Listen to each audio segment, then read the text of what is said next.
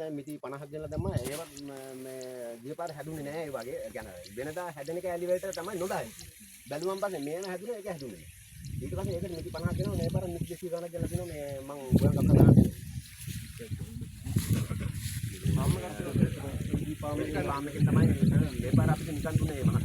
අපි දැන් අපිට පස්සට තියාගෙන ඒකට වෙලා මේ පාර නිකන් තමයි වැඩසටහන පටන් ගිහිල්ලා.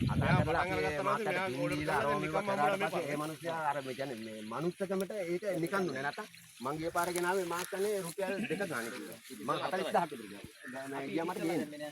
ඔව්. අපි ගිය කන්නේ නම් තමයි පටන් ගත්තේ. අපිට ආයතන සංවර්ධන විභාගය මේ මගේ අහබලා දුන්නේ යාතා ඉතින් ඊට පස්සේ දැන් ඉතින් අපි සිල් දෙන ඇතිලා මේක ආදර්ශතාව පියා පැත්තේ ආයක් කළා 55කට මේ වෙනකොට කුකුල් පොර මිටි 200 ගානේ ගෙනල්ලා තියෙනවා. ඉච්චර ගන්න කුකුල් පොර තියෙනවා.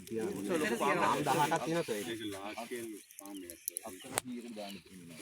අපි දැන්න ගෙනාව හෙක්ටයාර් 20කට වගේ ගෙනල්ලා තියෙනවා. මිටි 5000ක් පොර ගෙනාව පොනේ.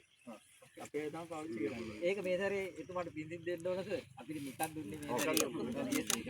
මිටි 5000ක් දුන්නා. ඔක්කොම මේ තේල ඇක්ටරේ අපි අගේ කරන්නේ ඒකත් මේ පුරවල අපිට දෙනවා. පුරවල අපිට යන්න දෙන්නේ නැහැ. මේ 3000යි කියන්නේ වර්ග මීටරයට 1 කිලෝ එකයි. අපි හිතුවට ගොඩකුත් නෙවෙයි.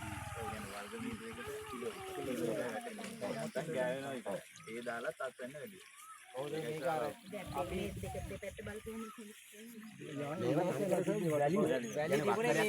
වැලි රෝඩ් එකක් විතර බලන්න කියන්නේ පොළොවට තමයි හරියට තනිකර වැල්ල තියෙනවා. ගෝයන් ගහ ඇවිල්ලා පීදෙනවා. ඒ තත්ත්වෙට තිබුණේ. ඉතින් අපිට මේක හරි සතුටුයි ඉන්නේ. අනිත් කොට කොම්ප් අපි සාමාන්‍යයෙන් අර වෙනදා පුරුද්දට යූරියා මිටියක් ගහලා දාලා බන්දි පොරට යූරියයි මේ කියන්නේ හෙච්චයකට ඔව් මිටි දෙකයි ඊට වැඩි දැම්මොත් බන්දි පොරට යනකම් මිටි දෙකයි ගහලා තියෙනවා. භාගයක් අඩු වෙලා.